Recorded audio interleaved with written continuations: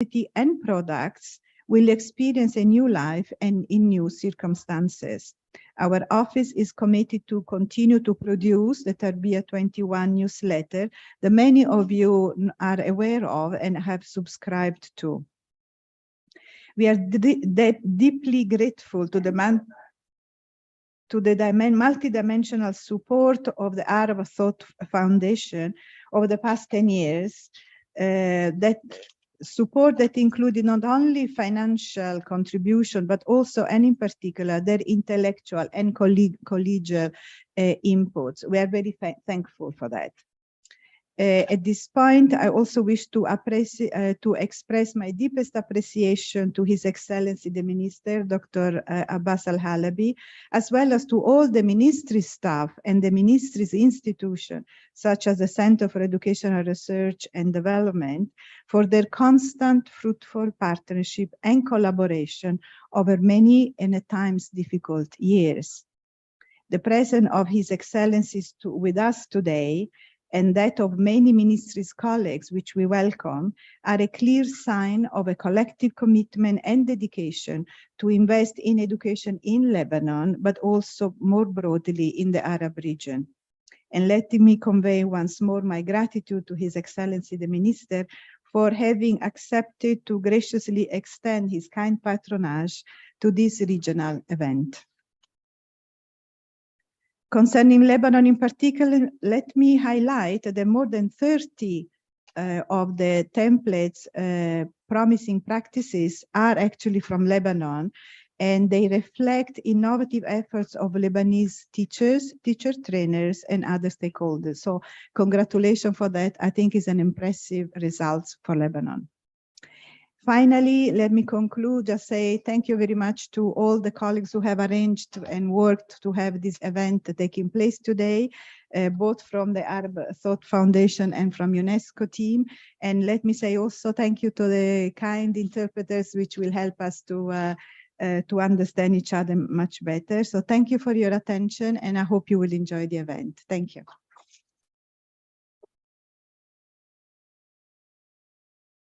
Thank you, Director. كلمة المدير العام لمؤسسة الفكر العربي البروفيسور أنري عويت فليتفضل.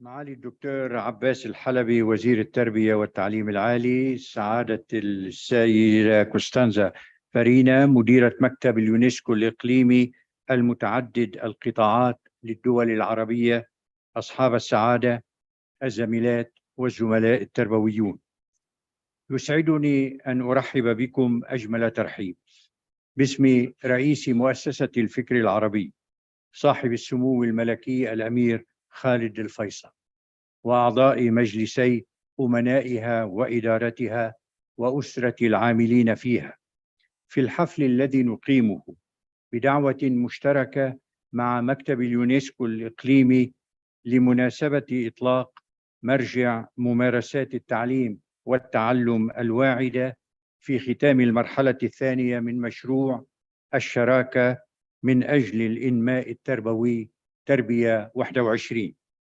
ويطيب لي أن أخص بالشكر والترحيب معالي الدكتور عباس الحلبي وزير التربية والتعليم العالي، الذي شمل لقاءنا هذا برعايته الكريمة، وحرص على الرغم من وفرة مشاغله وجدول مواعيده الحافل على المشاركة فيه شخصيا. أيها الحفل الكريم، صمم مشروع تربية 21 لدعم التربويين عموما والمعلمين خصوصا، من أجل تحسين نوعية التعليم والتعلم في المنطقة العربية وضمان جودته. ولقد تأسس هذا المشروع على إدراكنا ضرورة مراعاة التحولات العميقة والجذرية التي استجدت على صعيد الرؤى والمفاهيم والأساليب التربوية. فلقد بات من المسلم به أن التلميذ لا المعلم هو محور العملية التربوية، وأنه لا بد بالتالي من الانتقال به من موقع المتلقي إلى موقع المشارك الفاعل في ضوء المفهوم الحديث للتربية المبني لا على مبدأ التعليم بل على مبدأ التعلم، وما يقتضيه هذا التصور من استبدال الأساليب التقليدية القائمة على التلقين والحفظ بطرائق ناشطة وتفاعلية. وغني عن البيان أن تحقيق ذلك كله منوط إلى حد بعيد بالمعلم الذي يبقى الوسيط والمرشد والمحرك والقاطرة والرافعة. ومن هنا تنبع أهمية بل ضرورة رفده بالمعارف وإكسابه المهارات وتزويده بالكفايات التي تساعده في مواكبة المستجدات والتكيف مع التحولات وتأدية دوره بالطريقة الأمثل والأفعل. وهذه هي بالتحديد الغاية الأساسية من مشروع الشراكة من أجل الإنماء التربوي تربية 21. توخينا من هذا المشروع التشبيك بين جميع المعنيين بقضايا التطوير التربوي في العالم العربي، من راسمي سياسات ومعدي خطط ومسؤولين إداريين وأفراد الهيئة التعليمية، لتيسير سبل التواصل والحوار والتفاعل بين الأقران ولإيجاد الأطر الملائمة لتبادل المعارف والتشارك في التجارب والخبرات. ويكتسب هذا المشروع هويته المميزة وجدته وأهميته من دمجه بين مبدأين أساسيين: نتعلم مع بعضنا البعض ونتعلم من بعضنا البعض. وهذه هي بالتحديد الثقافة التي يطمح مرجع ممارسات التعليم والتعلم الواعدة إلى نشرها وترسيخها. وإذا أردنا الإضاءة باختصار كلي على أبرز مزاياه اختصرناها ب4. أولاها كثافة محتوياته، فهو يضم استمارات وروابط 130 من ممارسات التعليم المبتكرة. ويتحقق فيه ثانياً التمثيل العربي الشامل، نظراً إلى أن الممارسات التي يعرضها ينتمي أصحابها إلى مختلف الدول العربية. ويسترعي الانتباه فيه من ناحية ثالثة تنوع المساهمات التي يشتمل عليها واندراجها في مروحة واسعة من الفئات والأنماط، إن على صعيد من قام بها أو على صعيد المواد التعليمية والصفوف والمراحل التي طبقت فيها، أو من حيث الجمهور الذي استهدفته. ولابد رابعاً من التنويه بتوزع هذه الممارسات على 5 محاور رئيسة تتناول في عناوينها العامة والفرعية مسائل جودة التعليم والتعلم والتحول الرقمي فيه والأبحاث التربوية والتعاون والشراكات والتطوير المهني للمعلمين. وهي قضايا تمثل أولوية بالنسبة لمنطقتنا وترتبط بالهدف الرابع من أهداف التنمية الشاملة والمستدامة الرامي إلى ضمان التعليم الجيد والمنصف والشامل للجميع. يهدف هذا المرجع من جهة أولى إلى توثيق ممارسات التعليم والتعلم الرائدة والواعدة لحفظها من الضياع أو النسيان، ومن جهة ثانية يهدف إلى نشرها وتعميمها لمشاركتها على أوسع نطاق وإتاحتها أمام أكبر عدد من المهتمين. ويطمح المرجع لا إلى إبراز هذه الممارسات والاعتراف بأهميتها وتقدير ما تتحلى به من ابتكار وتجديد فحسب، بل أيضاً وخاصة إلى دعوة التربويين المعنيين لأن يستمدوا منها مصدر إلهام يحفزهم على أن يبتكروا هم بدورهم ممارسات فضلة جديدة رائدة وواعدة تلائم أوضاع البيئة التي يعملون في إطارها وتلبي حاجاتها. إننا مدينون بالتحضير لهذا المشروع وبالسهر على حسن تنفيذه لكفاءة والتزام وتفاني أعضاء فريق العمل السابقين والحاليين الذين تولوا في مكتب اليونسكو الإقليمي وفي مؤسسة الفكر العربي مختلف المهام المرتبطة به، كما أننا مدينون لأفراد الأسرة التربوية بسائر فئاتهم ومواقعهم ومسؤولياتهم الذين استفادوا من خدمات هذا المشروع، مدينون لهم على انخراطهم الكثيف في نشاطاته وتفاعلهم الإيجابي مع مبادراته وإسهامهم الفعال في مخرجاته. فيطيب لي أن أوجه إليهم جميعا وفردا فردا جزيل الشكر وبالغ الامتنان.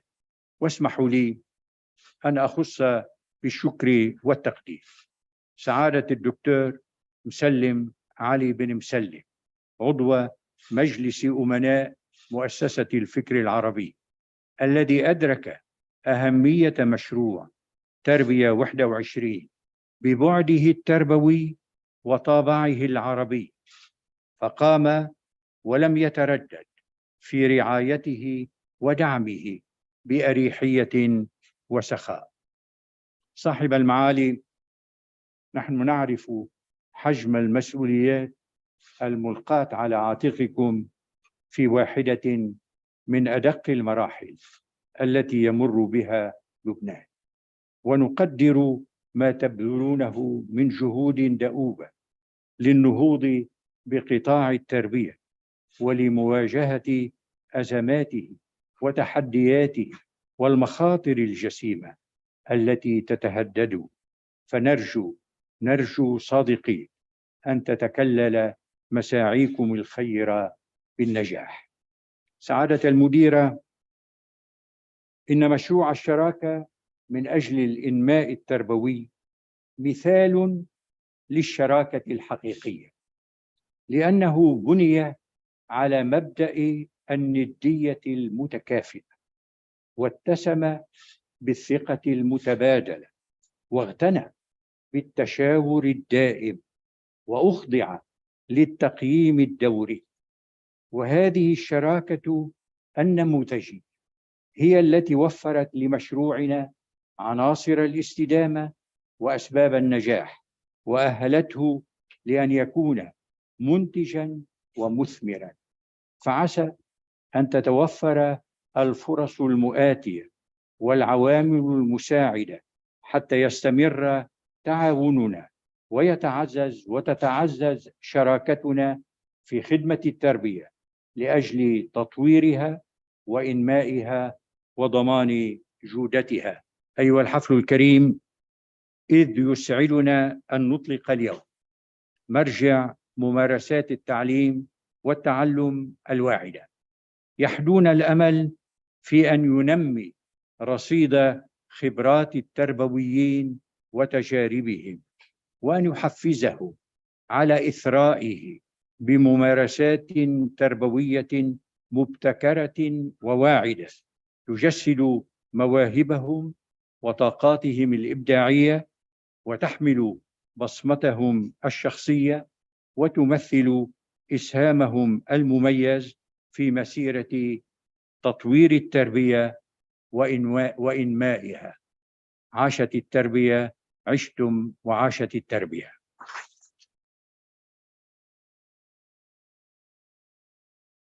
كلمة معالي وزير التربية والتعليم العالي في لبنان الدكتور عباس الحلبي.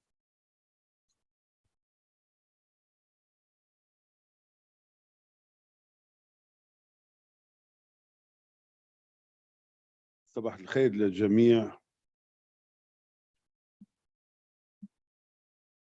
حضرة مديرة مكتب اليونسكو الإقليمي في بيروت السيدة كوستانزا فارينا، حضرة مدير مؤسسة الفكر العربي البروفيسور الدكتور هنري العويد، رحب بالدكتور أبو عسلي، بالأب يوسف، بالوجوه الطيبة اللي الأستاذ فادي اللي صرنا زمان ما شفناه، الأسرة التربوية الكريمة، الأصدقاء أي الحضور الكريم، ومن يتابعنا عن بعد.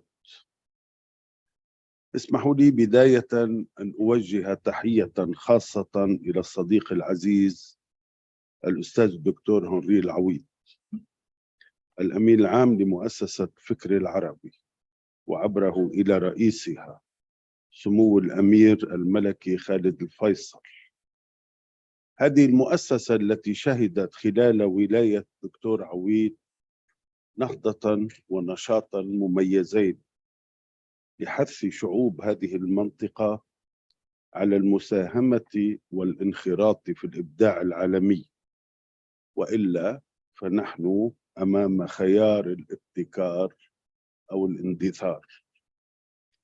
كما أحيي السيدة كوستانزا وفريق العمل في مكتب اليونسكو في بيروت، والسيدة ميسون وسائر الأعضاء، وهم شركاؤنا المميزون. الممارسة الفضلى في التعليم والتعلم أصبحت هدفاً لكل تطوير تربوي، إذ لا يمكن أن ينجح أي إصلاح أو تطوير وتجديد في مجالي التربية والتعليم من دون تأهيل المعلم وتدريبه المستمر في خلال الخدمة، فضلاً عن إعداده قبل الخدمة، ليكون هذا الإعداد متناغماً ومتكاملاً مع عصرنة المناهج وتجديدها ورقمنتها وتفاعلها.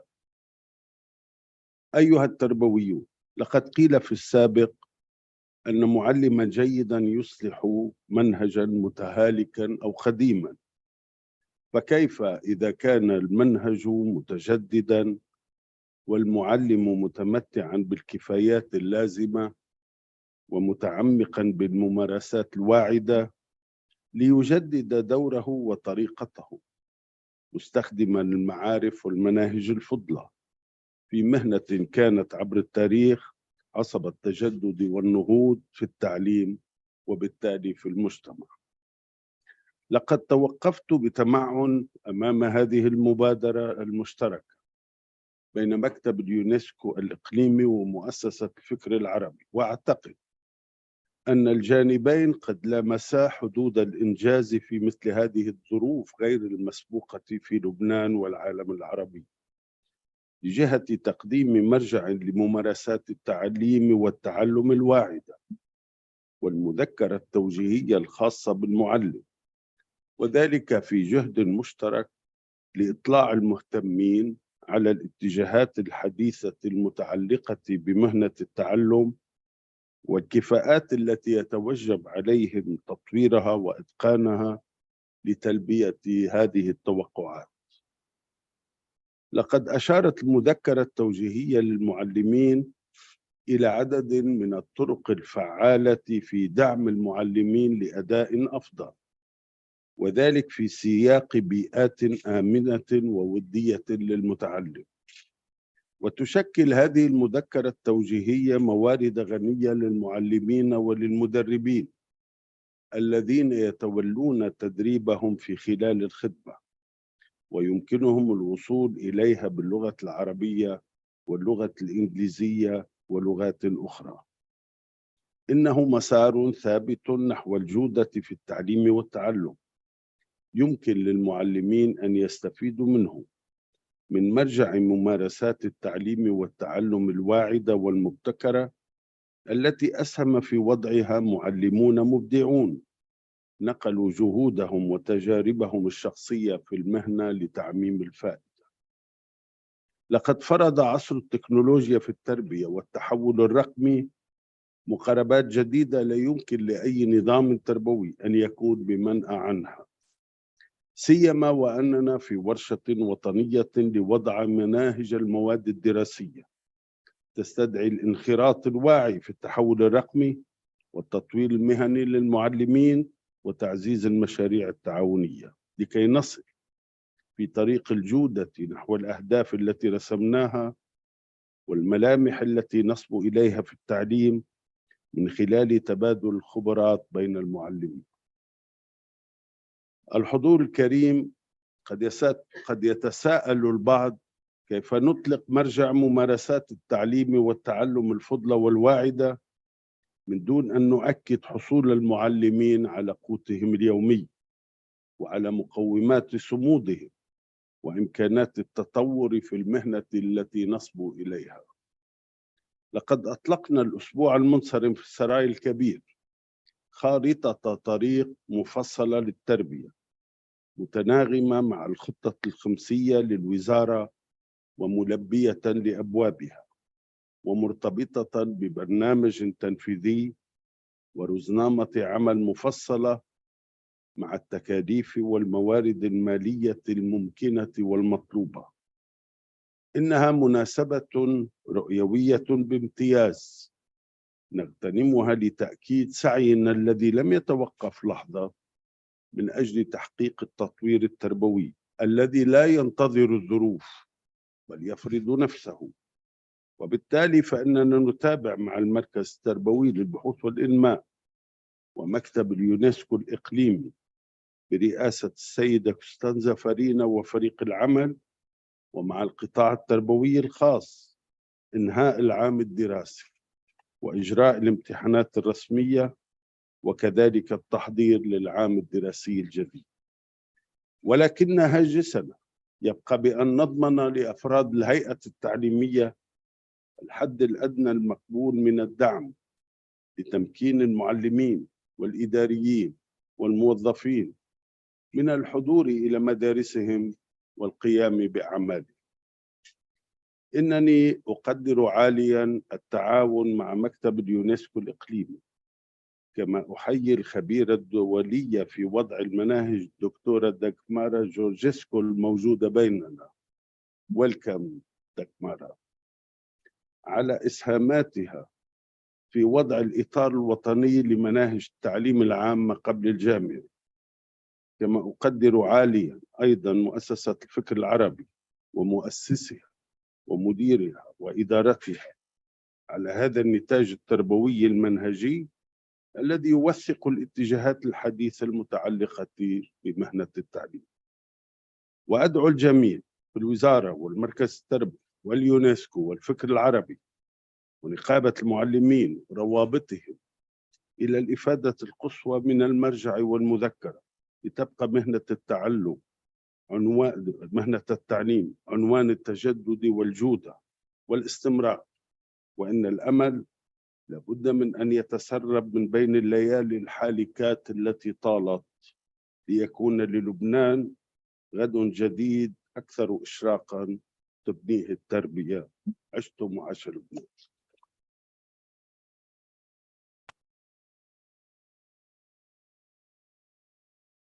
شكرا معاليك. رح نتابع سوا هلا فيديو بلخص اهداف ومخرجات مشروع الشراكه من اجل الانماء التربوي تربيه 21 واللي قام على التعاون البناء بين مؤسسه الفكر العربي ومكتب اليونسكو الاقليمي متعدد القطاعات للدول العربيه.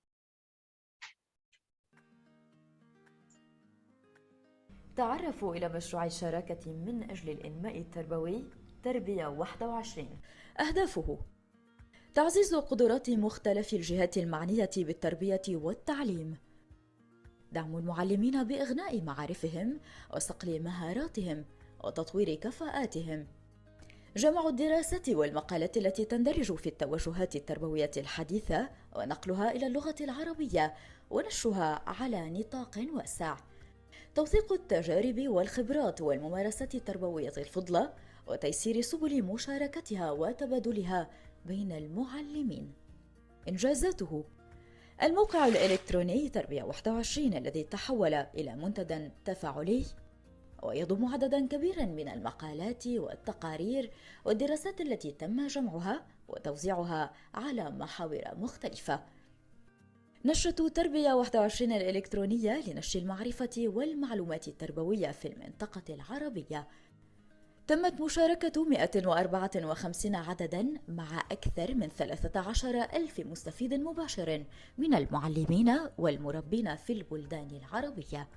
مرجع ممارسات التعليم والتعلم الواعدة: 130 نموذجا تم توزيعها على المحاور التالية: جودة التعليم والتعلم، التحول الرقمي في التعليم، التطوير المهني للمعلمين، التعاون والشراكات، البحث التربوي.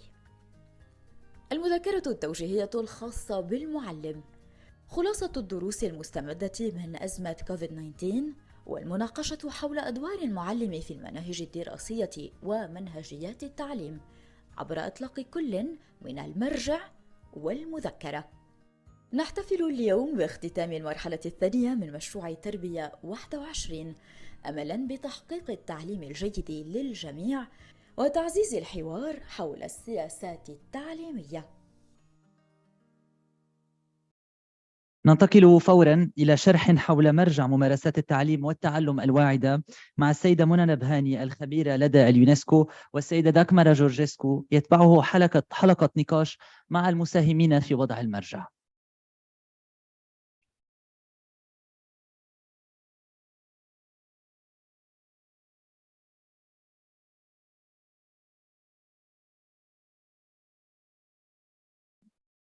Thank you, Mr. Bashara, for inviting us.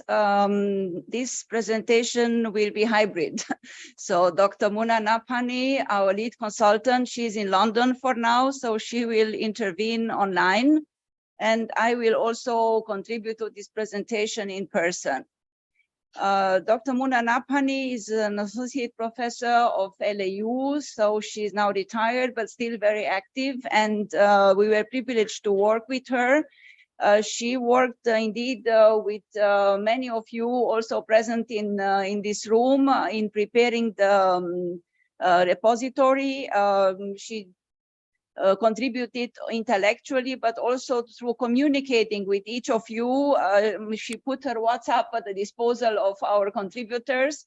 More than 300 people who submitted their contributions. And as it was said, now the repository, the book as such, contains 130 templates, but we selected also 30 templates that will be uploaded to our Tarbiyah website. Dr. Muna is online. Hopefully she can hear us. Yes? Yes. Yes, okay. So I'll use this, is it on? Yeah. Now the baby is out into the world. So this repository is now available. In the links you will find there is one link that contains both English and Arabic versions, then one only the Arabic version and only the English version. So the links are also on our website, UNESCO Beirut's website, on our webpage, so you can look at the documents and then browse through, because they are big documents, 130 templates. It's not only a few practices. It's quite a wealth of very rich initiatives. And I will kindly invite Dr. Muna to talk about the process of developing the repository and how this repository is important for our education family, as His Excellency the Minister mentioned, and also Professor Witt. I like very much this idea of an education family.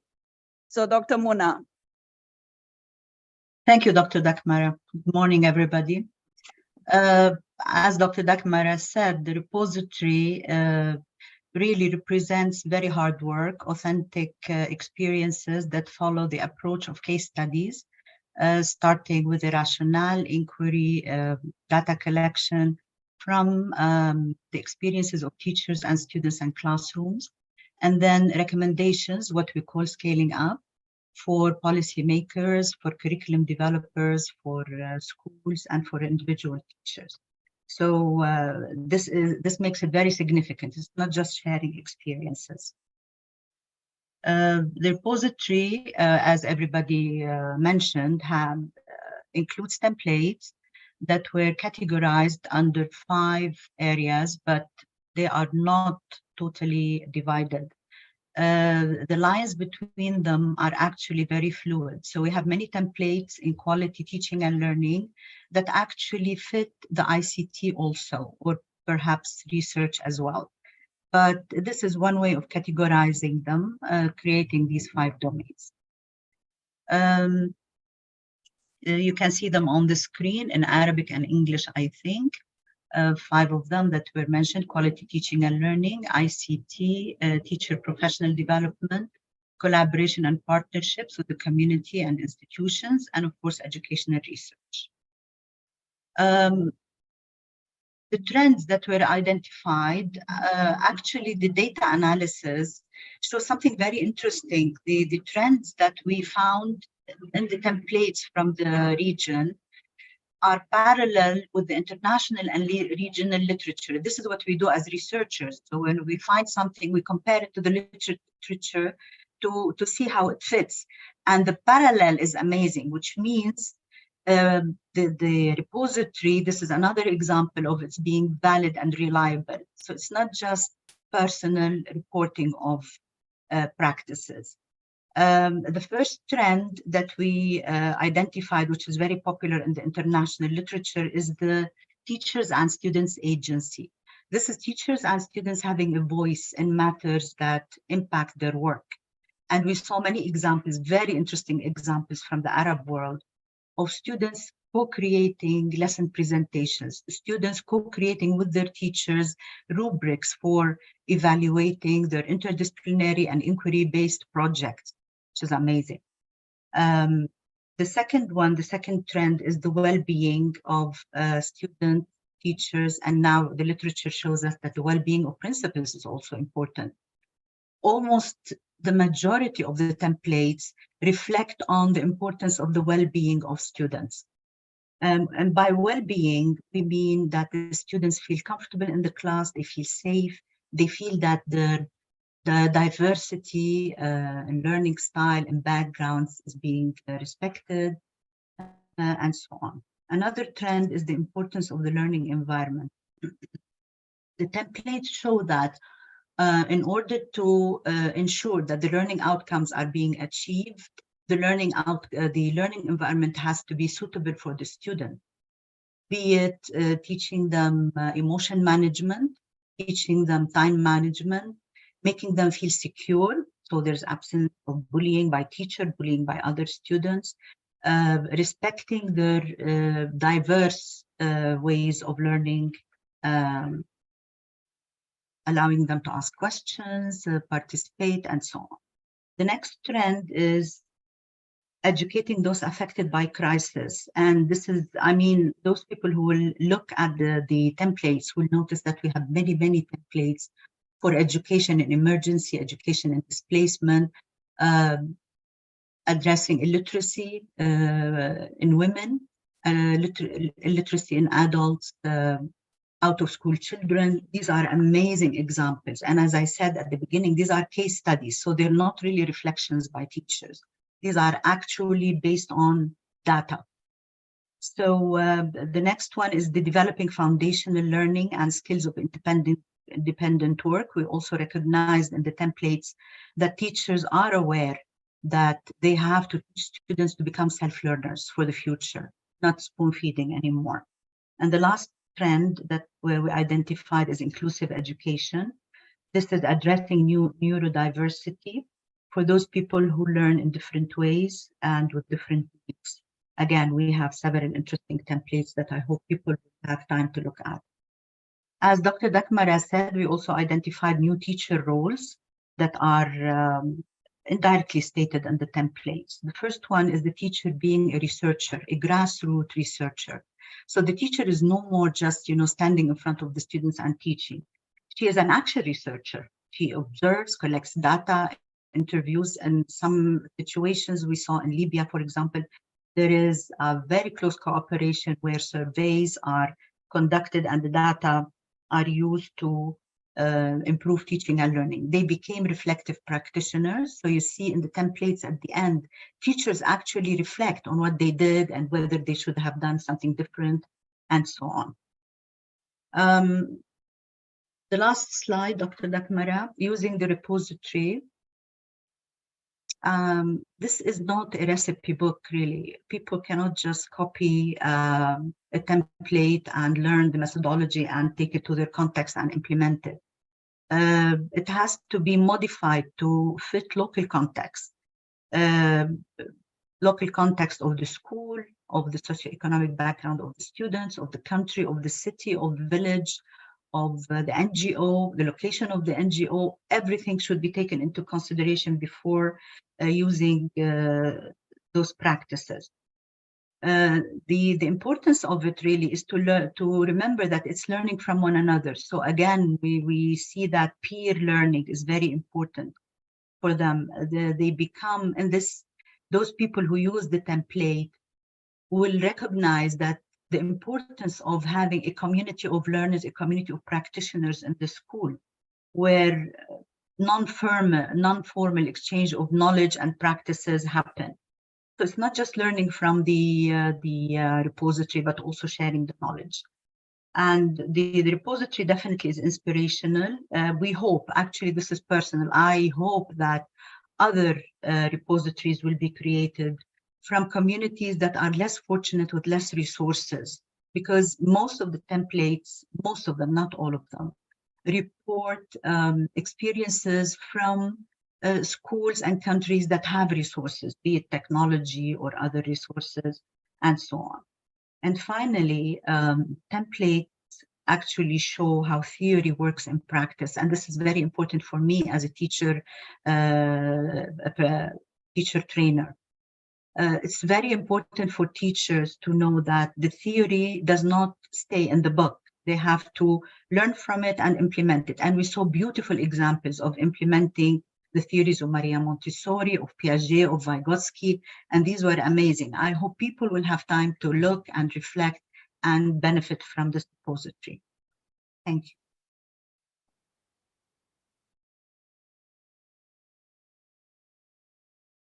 Thank you, Dr. Muna, and also many thanks to all who contributed, because to conduct different activities, to put in place your practices is difficult. It's not easy, but sometimes it's even more difficult to report about your practices, to try to think how to summarize these practices. And I think the repository, I hope at least, will also constitute an example of how people could also report about what they are doing and how to report in a concise way, but still substantive way. Because these templates are not very large. They are 2-3 pages maximum, some of them only 2 pages, but they are very dense. People also had to try to be concise while being very substantive and bringing about a lot of information in those templates. This repository is not about a quantitative study, so we cannot say it is statistically representative for what is happening in education, because it's a qualitative product. It's about more like qualitative research. These practices work well for our contributors in their own contexts, but when you want to export this practice to some other place, you may have to think whether it's feasible or not. And I want also to clarify that these practices have not been shared with us institutionally. They are not representative for countries or for organizations or for institutions. They are individual contributions. And we encourage teachers, teacher trainers, and other stakeholders to share. And we have contributions also from international organizations, from NGOs, from university professors. So it's a wide range of contributors, spectrum that is relevant for the region, who also is active, people who are active in education. And this pool of innovators in our region shows the potential, the innovative potential of all those who work in education. At the end of the session, we'll have also a short question and answer session. And for our colleagues online who are attending online, please, if you can mention your comments or questions in the chat function. And here I will open the floor for 2 or 3 contributions after we will listen now to some of the contributors to the repository. We invited contributors for 4 of these templates, 1 of them online and 3 in the room, to briefly share their experiences, why they chose this specific topic or this specific experience, how did they do it, very briefly, and what changes they observed, in whether there was an impact. And I would start with Alma Barat Association.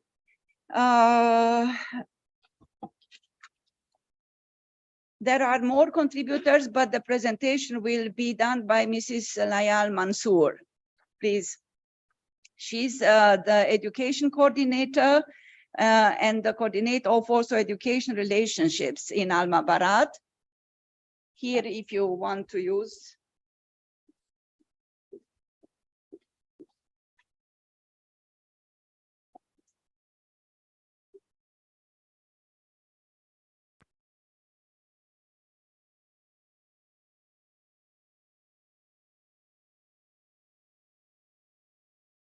صباح الخير.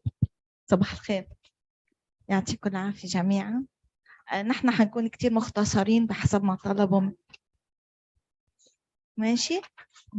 اوكي. بدي اعلي صوتي؟ تمام. اوكي، نحن حنكون كتير ماشيين بسرعة، واخذنا بس الخلاصة البسيطة اللي ممكن نعرضها اليوم، وحتعطينا بس 4 minutes. فحنبلش انه نحن مدارس المبرات، نحن 24,706 مش 22,000 تلميذ، 19 مؤسسة تعليمية، وعندنا 22,000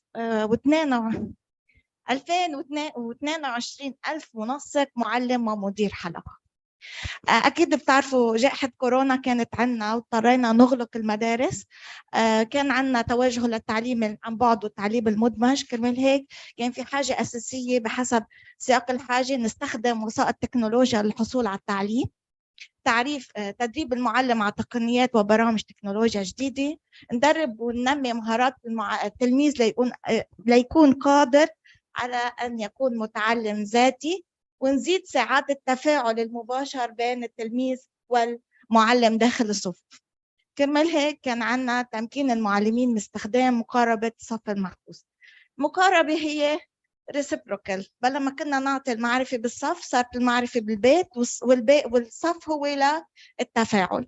بتركز على التفاعل مباشر بين التلميذ وأقرانه وبين المعلم، ودور المعلم بثبت الأهداف التعليمية وبيجيب على الأسئلة، بيرشد التلاميذ وبوجههم لتنفيذ التطبيقات حول مفهوم أو درس معين، وبحفز الإبداع عندهم. ليش اختارت المخبرات؟ إلى جانب تلبية الحاجة كان بدنا ننمي مهارات التلميذ ليكون قادر على مواكبة العصر بالتكنولوجيا. حالياً بيكون متعلم ذاتي عنده قدرة على اكتساب المعرفة بأي سيتويشن حطيناه. مساعدة التلميذ على تغيير المعلم أنه يغير إدارته للعملية التعليمية من معلم كونه يملك المعلومات إلى معلم ميسر. من وجه الأهل ليساعدوا أولادهم كيف بيستخدموا التكنولوجيا بطريقة بتعطيهم أكبر فرصة لتحصيل التعلم. كيف قدرنا نمكن المعلمين؟ هيدي يمكن كانت الأهم تجربة حلوة عنا، أنه نحن بدينا خبراء من عنا، استندوا للي برا، شكلنا فريق من نعتبرهم مدربين باحثين لديهم قدرة على التعلم الذاتي، حضروا تدريب، نفذوا دروس نموذجية، اشتغلوا أكثر من مرة بترايل أند إيرور، صار عندهم موديل، حددوا أسماء تربويين بكل مؤسساتنا، كان فرق نواد دربناهم بحلقة تدريب، كان في قبل وبعد مهمات تطبيقية، طلبنا منهم هن يحضروا دروس، تأكدنا أنه فريق النواد متمكن، طلبنا منهم يمكنوا فرقهم بالمدرسة، وكنا عم نواكب حركة التمكين بالمؤسسات.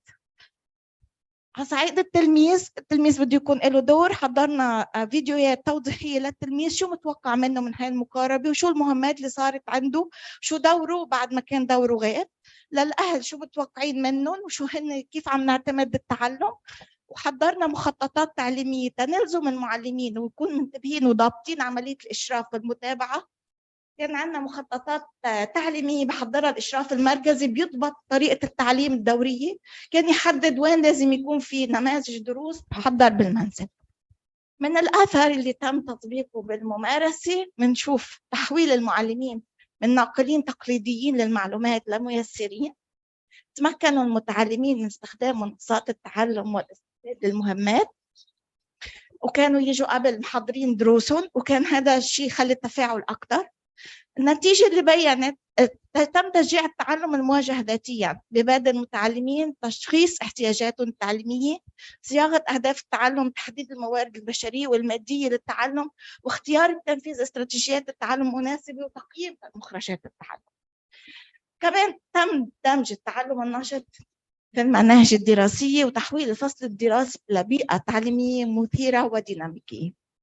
أكيد إعداد منهج رقمي للأفراد، صار عندنا منهج رقمي لأن كل دروسنا تحولت لدروس رقمية، وصار عندنا المنصة تبعيتنا صارت مدرج عليها دروسنا وأنشطتنا اللي ممكن يكونوا عم يشتغلوا عليها.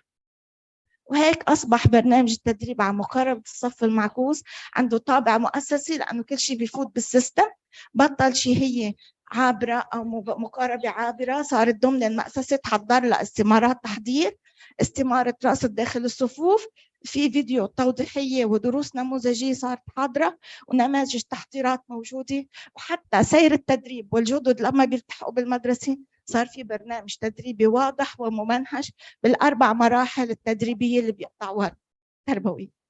ما بعرف ليش كان عندي القلق وصوتي كان عم يرجف. يعطيكم العافية. على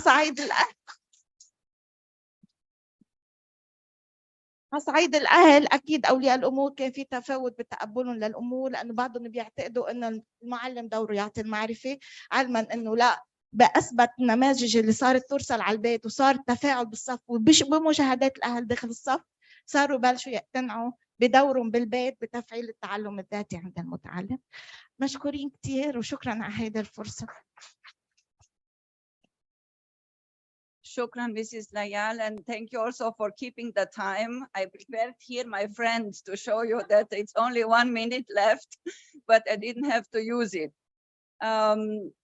As Mrs. Layal mentioned, and you will see if you browse through the repository in all these templates, there are many dimensions present. We try to cluster them according to a lead topic, but all these issues in education, they are intertwined.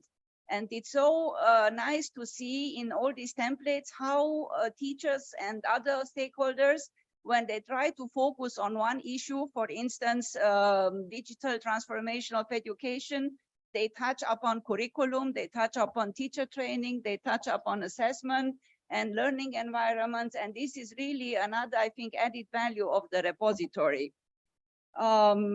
We'll actually have also to mention that in the templates, our contributors accepted to mention their emails. So many of them, most of them accepted to mention their emails. Some of them provided also their phones, but we did not publish the phones.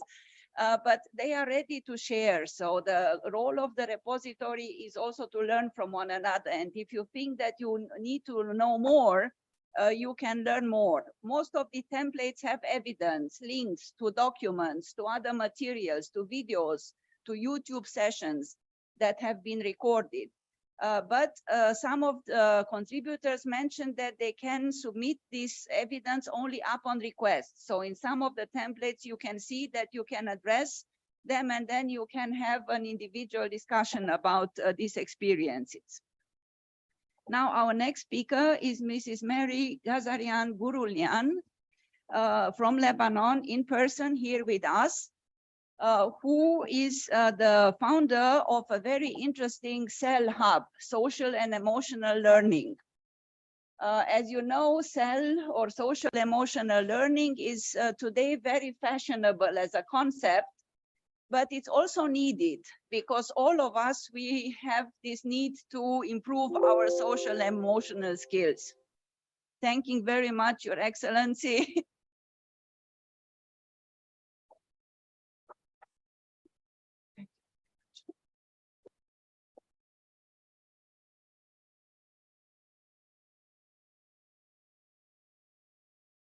Yes, please. Okay. So mental health is not a luxury anymore, and that's what that was the reason why we started introducing social emotional learning inside classrooms.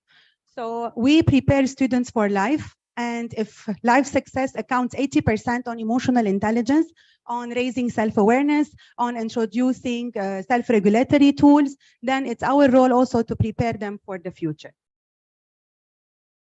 So social skills are the subsets of social intelligence that involve the ability to monitor one's own emotions and also know how to make effective decisions based on emotions. And when introduced properly, effectively in a structured manner in the schools, it really shows that we are preparing citizens for the future, citizens who are self-aware, citizens who know how to communicate even with people from different backgrounds, who are more tolerant, who are creating more equity in our schools, and also become initiative takers and build a better tomorrow for us. So the heart of why we started this approach, we implemented it in various Catholic schools in Lebanon, and cause was that our learners needed to heal and recover from COVID.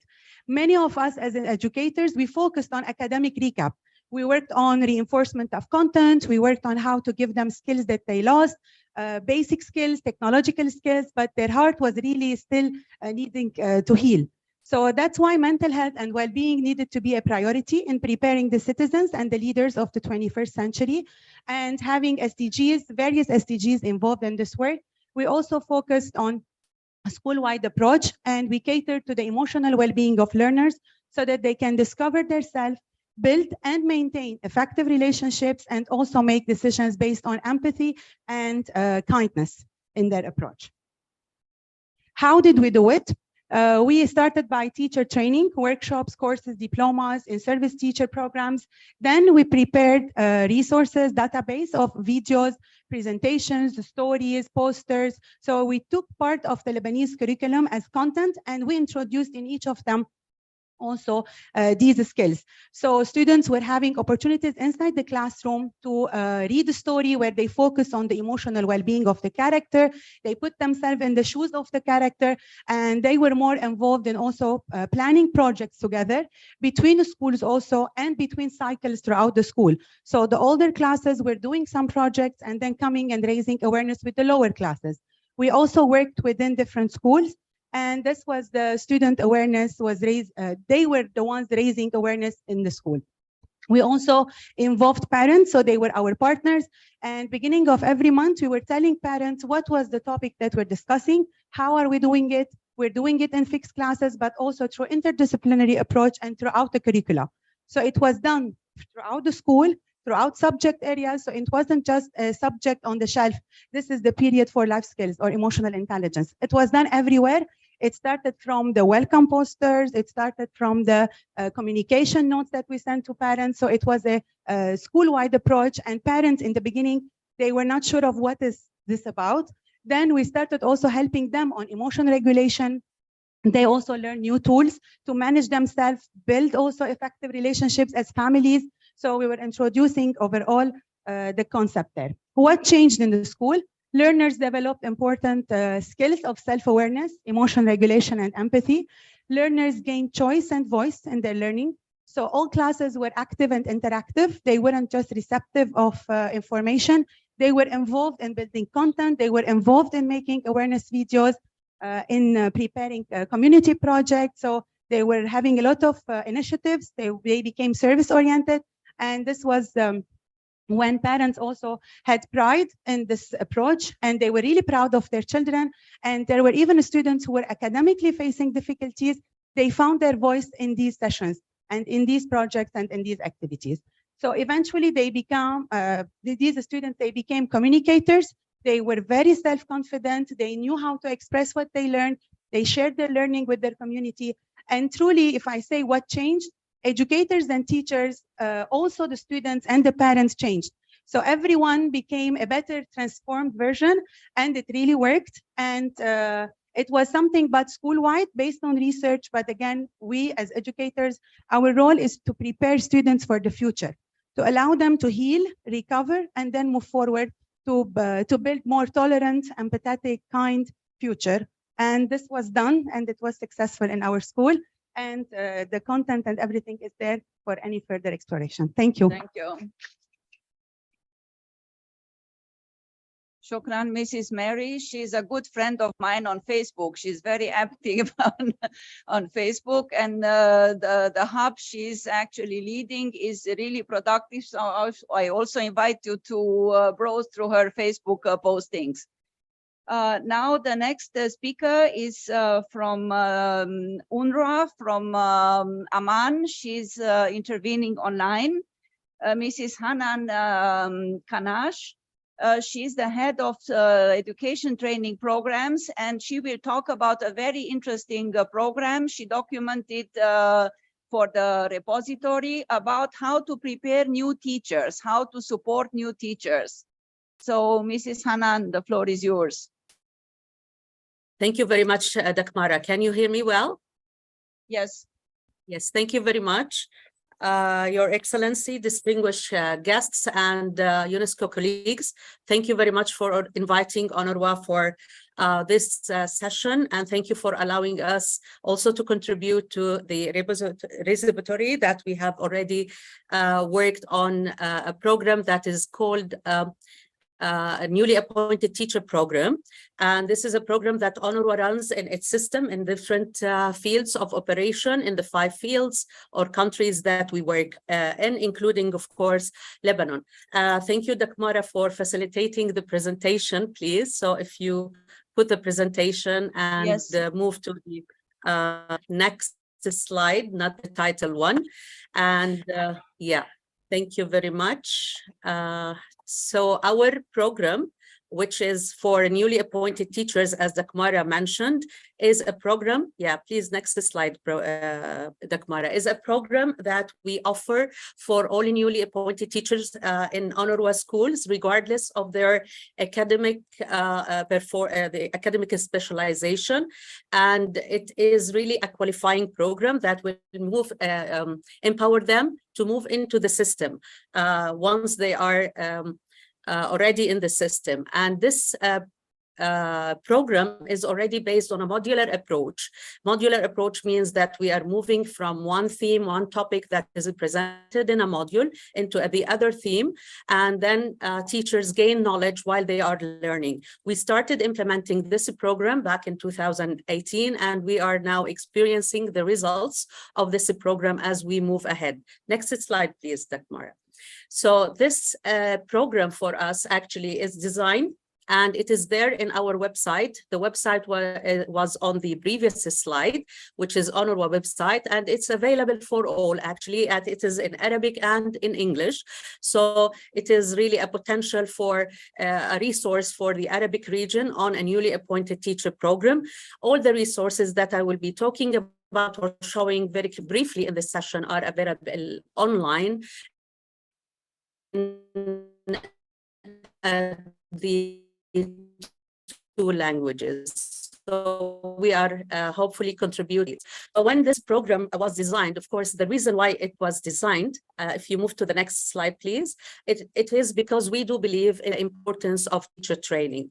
And we believe in the role that the teachers play in transforming actually the learning practices inside schools and classrooms, and transforming to make the learner as a center for the learning, teaching and learning experience. And the program itself aligned globally with the approaches that are really related to this concept, whereby learning should happen in situ. And when we say situ, it means inside the classroom, inside the school, whether it is the learning of the student or it is the learning of the teacher. And here we are focusing in this program on the capacity building of the teachers. So we are designing all the activities around learning in situ and doing actually reflections that are related to activities the teachers should do while they are learning or studying the program. As you can see, the program is modular, and we have 4 main modules that are designed around 4 main strands or topics related to teaching and learning, starting from beginning teaching, the essence of the learning and the learner, and then the environment, and then we are talking about the assessing learning. And of course, all the activities that are designed in the program, they are actually case studies, and they are all related to contextualize the process that we did to fit the regions that we were in. So the contextualization aspect happened taking into consideration the policies, the strategies that we have in the region and the context, and plus other changing dynamics. We did not really forget the SDG in general, including SDG 4, and we do believe that this will contribute to learning for all in general and in line with the Transforming Education Summit and the other activities that contributed to that. Next slide, please. So in this program, we see that we are bringing some specific issues because we are really focusing on current research and understanding about learning and teaching in general.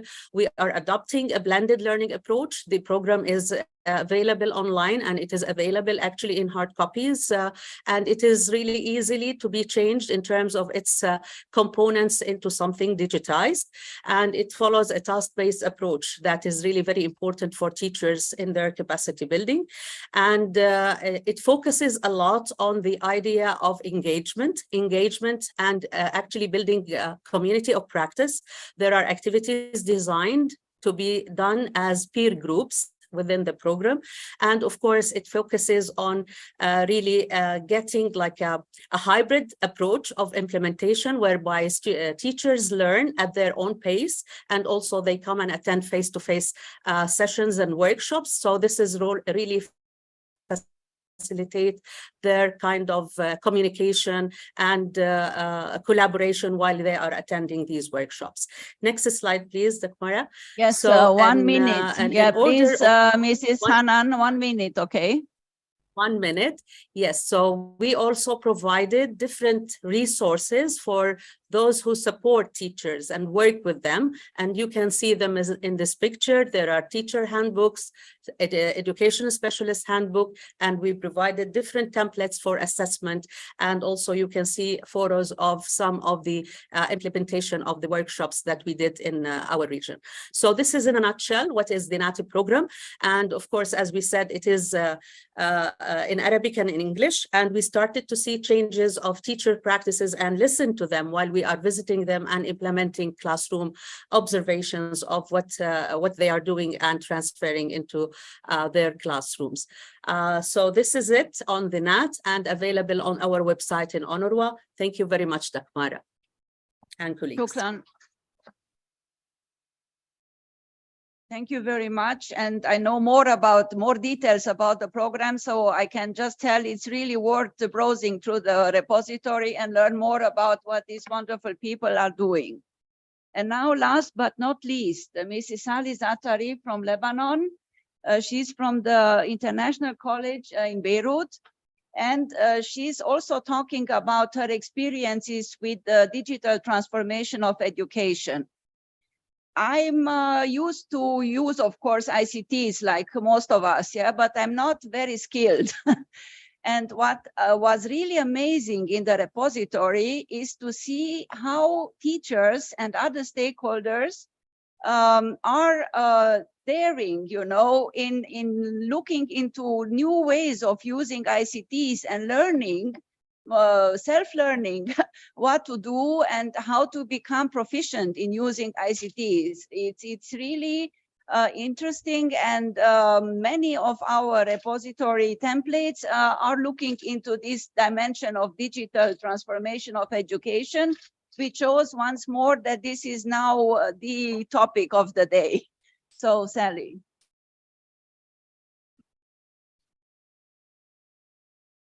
So good afternoon, everyone. So thank you for the opportunity to share two of the teaching and learning practices at grade 5 CM2 French section at IC. So first of all, when we had the COVID-19 crisis, the first 3 to 4 months, we had to find alternatives for the teaching and learning. So in the first 3 to 4 months, we have created around 11 explanatory tutorials in order to explain the math concepts and to adapt the teaching and learning to the new learners' needs. So it was based on the flipped classroom approach, and it was there to facilitate the conceptual understanding in math. How did we create that? We created it using an application that is Screencast-O-Matic. It was hectic and energy consuming and time consuming, but it was so worth it. It was user friendly, and we used to include study cases that are linked to the students' experiences. And we used to include visual prompts also to attract the attention of the students. What was positive about these tutorials is that some of the students, we found that they were not always concentrated in the online process. Sometimes they had internet problems. Sometimes they felt like the online process is really not their learning way, the best way of learning. So these tutorials were at their disposal in a Google Classroom, and it was a reference for them as students and even parents to know what are the expectations for their learning and to use it on their own pace and really to repeat and review as they liked. So, and after all, the teachers also had the chance to have access to these tutorials in a digital library that the IC created for all the videos and tutorials that the teachers created during that crisis. Another teaching and learning practice was related to the PYP system. One of the units was the sharing the planet, and it was related to the energy. And the students learned, so the knowledge was based on the forms and sources of energy, renewable and non-renewable energy. They were exposed to the UN SDG Goal 7 to have access to affordable energy and to know more how to have sustainable energy in Lebanon. So they had to take an action. So they addressed an NGO in Lebanon called Lebanon of Tomorrow, and they have written a letter to ask them for collaboration and to take an action together. So it was a joint event between IC grade 5 CM2 7 classes and the Lebanon of Tomorrow NGO. So they did a fundraising. It was a bake sale for a few days. And then they were able to support the community through implementing a solar system in one of the streets of Beirut in between Marilies and Verdun. And this year we are doing the project again, and it will be in Fanar next to the Lebanese University.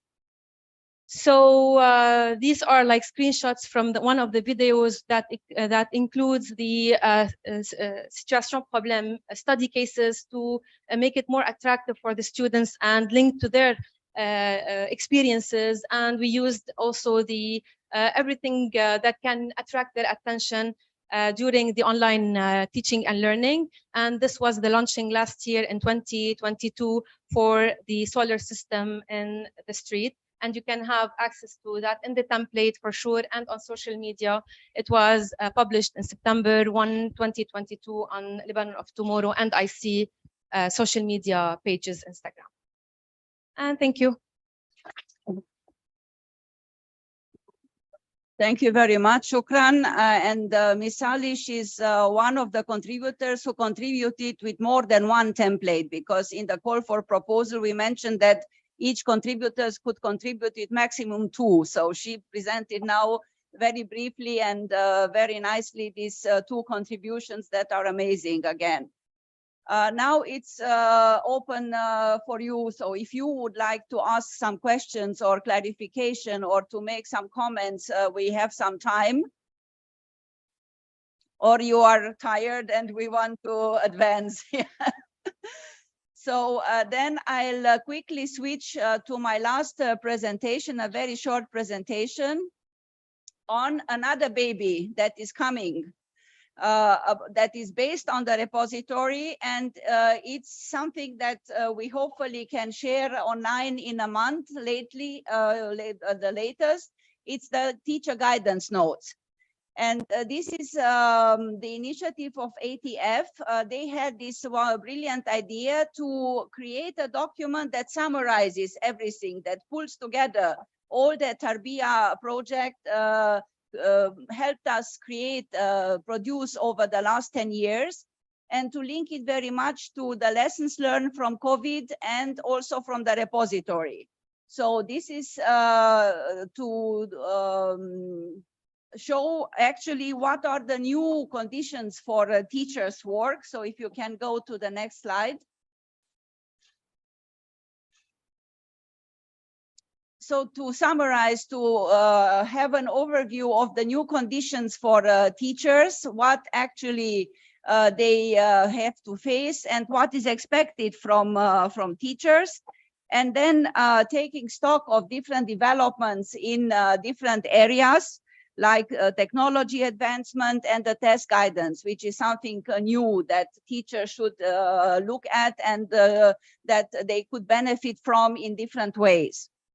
And then the teacher guidance note should also provide an overview of strategies for teachers, how they can benefit from a wealth of resources, because as many of you know, UNESCO produced a lot of resources, ATF, UNICEF, other international organizations, NGOs. We have a wealth of resources, but very often we hear from teachers, teacher trainers, other stakeholders, we don't know where these resources are or how to benefit from them. So the teacher guidance notes with also for each topic will provide a pool of resources that teachers can use for self-learning or for peer learning. And by the way, many of the contributions to the repository talk about the added value of peer learning, teacher peer learning and school-based learning. This is not to say that learning that is or training that is provided by schools of education or other providers are not important, but also in 2022 we conducted a study about teacher training in the context of COVID-19. And what we learned is most teachers, they say we learn better from our peers, from our expert colleagues who know better how to use computers, and we learn very quickly and we trust them and they trust us. So basically, next slide, please. The content of these teacher guides would look into these new developments and working environments, new conditions for teachers. Then the teacher competencies, what is expected from teachers, because sometimes even teachers are not aware that something different is expected from them. And the public is also not aware about the many competencies teachers should actually master. They think sometimes our friends, parents, or other people in the public, they think teaching is easy. You just go to school and you recite a lesson, but it's not. It's much more that, but we don't make enough effort to explain what does teaching and learning encompass and what teachers are expected to do. And then, of course, teachers' role in these tests, new pillars that have been very rightly put forward last year about teacher contributions to digitalization of education and to greening education and to developing foundational skills and other skills, because we have curricula, we have resources, we have books, but without teachers, this will never happen. And then another pillar of the teacher guidance notes is the teacher professional development, especially how teachers can become active members of communities of practice. And I'm very happy all of our contributors today, they talked about this. And then another important, I think maybe the most important thing is about teacher and learner well-being. Because we are all under pressure, under stress. We all suffered from all kind of traumas over the last years, and we continue to be submerged with news. There is an anecdote saying that actually, after I see the news, I want to look at, to watch a horror movie to get relaxed because the news are so unbearable sometimes. And we need to take care about mental health, about well-being, about this psychosocial support we all need. And then finally, how to access resources, because again, the resources are there, but somebody has to look for them and to facilitate access and to make good usage of this. So in these chapters, and this is the last slide, in these chapters, there is an introduction, conceptual introduction, but also then a summary of these promising practices that we learn from the repository. What are really the promising practices? What can people do? You know, what are they doing? And I remember when I was a student, I had the philosophy professor who used to say, I know what abstract is. I don't know what concrete is. He wanted to be provocative because to him it was easier to deal with abstraction than with something that is tangible, concrete. But these practices in the repository are very concrete examples of what people can really do. How can they be innovative with sometimes moderate or kind of mean or meager resources, because it's not so much about money. We also hear that we don't have money, but sometimes you can do a lot of things without a lot of money. And there is also self-assessment form, so the teachers and other users can relate to what is in the teacher guidance notes and then see where they stay or what can they do or how can they contribute to more. So thank you very much. And we approach now Mr. Beshara's moment. Okay.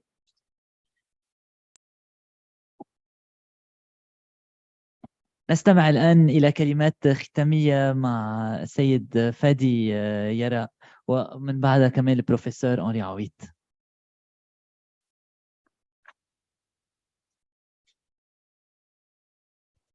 شكرا بشارة.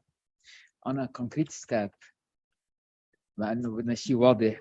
أول شيء بدي في ختامها حفل إطلاق مرجع ممارسات التعليم والتعلم الواعدة، والذي هو نتيجة شراكة وطيدة ومثمرة وطويلة الأمد بين مكتب اليونسكو المتعدد القطاعات للدول العربية بيروت ومؤسسة الفكر العربي. أود أن أذكر التزام الشركاء بهذا الالتزام، الشركاء وخاصة المنظمتين، التزاما عميقا بدعم التعليم الجيد للجميع في الدول العربية ضمن أهداف التنمية المستدامة بحلول عام 2030. نحن واثقون من أن هذا المرجع الذي أطلق اليوم سيؤدي دورا مهما في دعم جهود الدول العربية لتسريع أعمالها نحو تحقيق الهدف الرابع من أهداف التنمية المستدامة. لهذا الغرض أطلقت قمة تحول التعليم تاس في سبتمبر أيلول 2022، وأطلق عدد من المبادرات العالمية مثل تخدير التعليم لجعل كل متعلم مستعدا للتغير المناخي، وربط كل طفل وشاب بالحلول الرقمية، ومعالجة أزمة التعلم التكويني والأساسي. كما تشمل المبادرات تحويل أنظمة التعليم لتمكين جميع الأطفال والشباب المتضررين من الأزمات من الوصول إلى فرص تعلم شاملة وعادلة وعالية الجودة وآمنة، وضمان استمرارية التعليم. هناك أكثر من 7 أو ثلث العالم العربي يعيش في أزمات، وبالتالي ضمان استمرارية التعليم أساسي، إضافة إلى النهوض بالمساواة بين الجنسين، وأهم شيء تحويل تمويل التعليم عن طريق الاستثمار بشكل أكثر إنصافا وكفاءة وابتكارا. كما تشمل المبادرات تمكين الشباب ليكونوا قادة فاعلين في إعادة تشكيل أسس التعليم ونواتجه. وبعد الاستماع إلى الكلمات المختلفة والمناقشات، إننا فخورون بهذه الشراكة التي ساهمت بتفعيل النقاشات الموضوعية حول دور المعلمين في أنظمة التعليم والمجتمع اليوم. إنه من دواعي السرور أن استطعنا توثيق الإمكانات الجديدة لمعلمينا وصانعي القرار، ولا يمكننا إلا أن نتعهد للالتزام بمزيد من العمل لمواصلة الجهود لدعم المعلمين والتربويين في الدول العربية. يستحق المعلمون أن يكون عملهم مقدراً ومفهوماً جيداً، وأننا جميعاً ندعمهم بأفضل ما لدينا من قدرات وموارد. أود أن أعبر عن امتناني مجدداً لمؤسسة الفكر العربي، وخاصة رئيسها صاحب السمو الملكي، ولمديرها العام البروفيسور أنري عويد لدعمهم الدائم والمستمر. وأتوجه بالشكر أيضاً إلى الزملاء جميعهم في مكتب اليونسكو في بيروت وفريق مؤسسة الفكر العربي الذي عملوا معي بجدية وجد، ليس فقط لتنظيم حدث اليوم، لا بل لتحقيق الأهداف المتفق عليها ضمن هذه الشراكة. أود أيضا شكر معالي وزير التربية والتعليم العالي وفريق عمل الوزارة، وخاصة ممثلي المركز التربوي للبحوث والإنماء، لأن دعمهم عزيز على قلوبنا، والشراكة المميزة مع المؤسسات التعليم الخاص وممثلة مشرفنا حضور الأب يوسف نصر. نأمل فقط أن يضيف مشروع تربية 21 قيمة إضافية لجهودكم الهائلة لمواصلة مواكبة التعليم في لبنان وفي العالم العربي. نسمي أيضا مساهمة المعلمين والمسؤولين في المنظمات غير الحكومية والدولية من معلمين ومشرفين على الجهود الذي لوجودهم معنا اليوم، وللجهود للمشاركة بتفاني من أجل تطوير التعليم وللمساهمة في هذا المرجع. وقبل دعوتكم بدي أتمنى على الدكتور عويد يختتم هذا اللقاء. بدي أشكر المترجمين، وفعلا أشكر كل شخص ساهم، وال13,000 أستاذ وتربوي اللي عم بيتابعوا بشكل يومي أعمال تربية 21 بالعالم العربي وصانعي القرار، وال500 شخص الموجودين معنا على رابط زوم اليوم، واللي عم بيتابعوا على قنوات اليوتيوب والفيسبوك. شكرا للجميع. بروفيسور تفضل. أنا لن أطيل الكلام،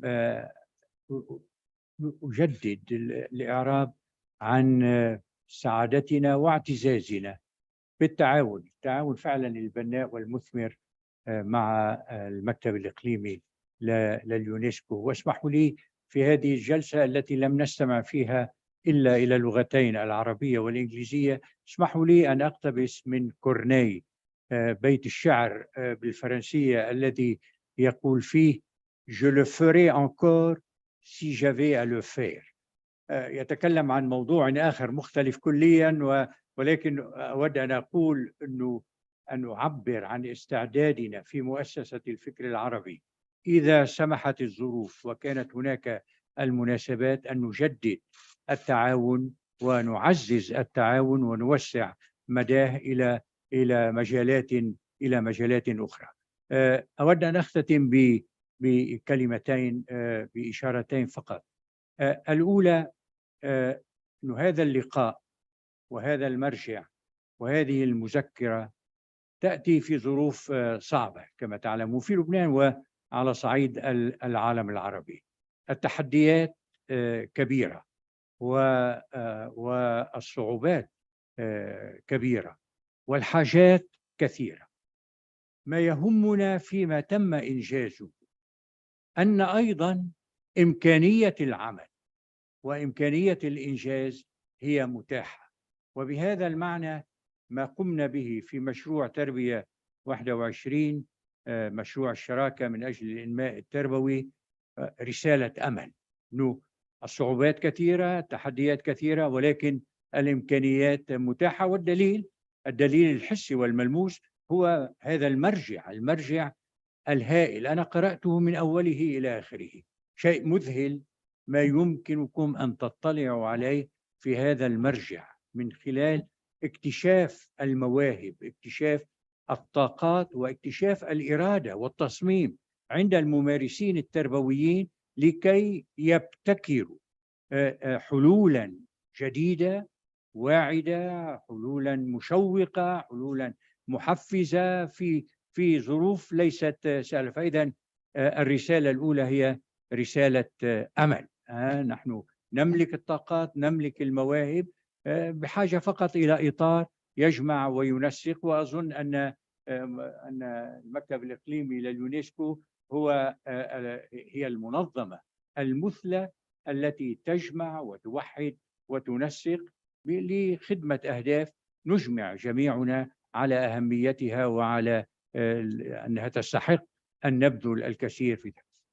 الفكرة الثانية والأخيرة، صحيح نحن نجتمع اليوم لنختتم المرحلة الثانية من مشروع الشراكة من أجل، ولكن أنا أنظر إلى هذا اللقاء ليس كختام ولكن كنقطة انطلاق.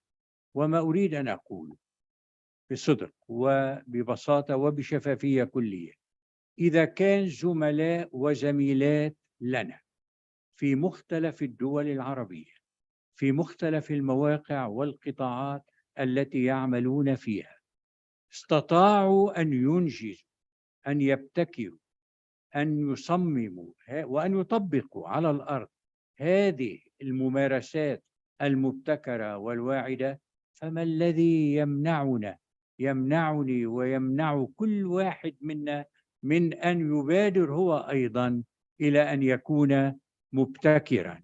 هذا المرجع صالح للاستخدام، يمكنكم أن تستفيدوا، يمكنكم أنتم هنا، وأنا أتوجه إلى جميع الذين يحضرون هذا الحفل عبر المنصة، بإمكاننا أن نستخدمه، بإمكاننا أن نكيفه مع البيئة، مع حاجات البيئة، يعني بطريقة ملائمة مع البيئة التي نعمل بها. وأهم من ذلك، وهذه هي رسالتي الأخيرة ودعوتي الأخيرة وتمني الأخير ورجائي الأخير، يمكننا نحن أيضا أن نبتكر ممارسات واعدة ومبتكرة ومفيدة ومشوقة ومحفزة. فعلى هذا الأمل أنا أتمنى لكم جميعا أياما سعيدة ونشاطا تربويا.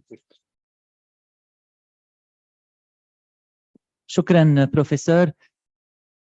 مع رسالة الأمل هذه نكون قد وصلنا إلى ختام حفلنا، على أمل أن يستفيد من هذه الموارد الجديدة أكبر عدد ممكن من المعلمين في الدول العربية. كل الأشخاص الموجودين معنا حضوريا مدعوون إلى التوجه إلى المكتبة في الطابق الثاني لنتشارك كوكتيل في ختام اللقاء من بعد صورة تذكارية نأخذها هنا.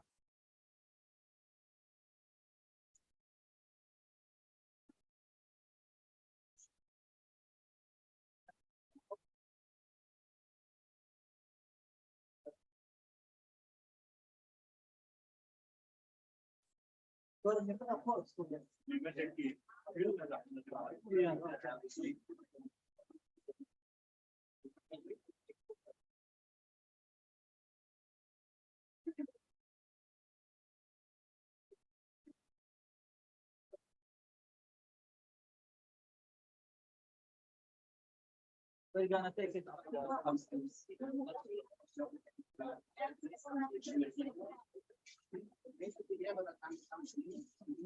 Thank you.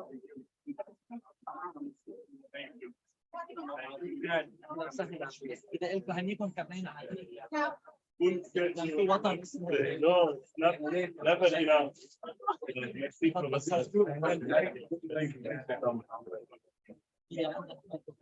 Yes, yes.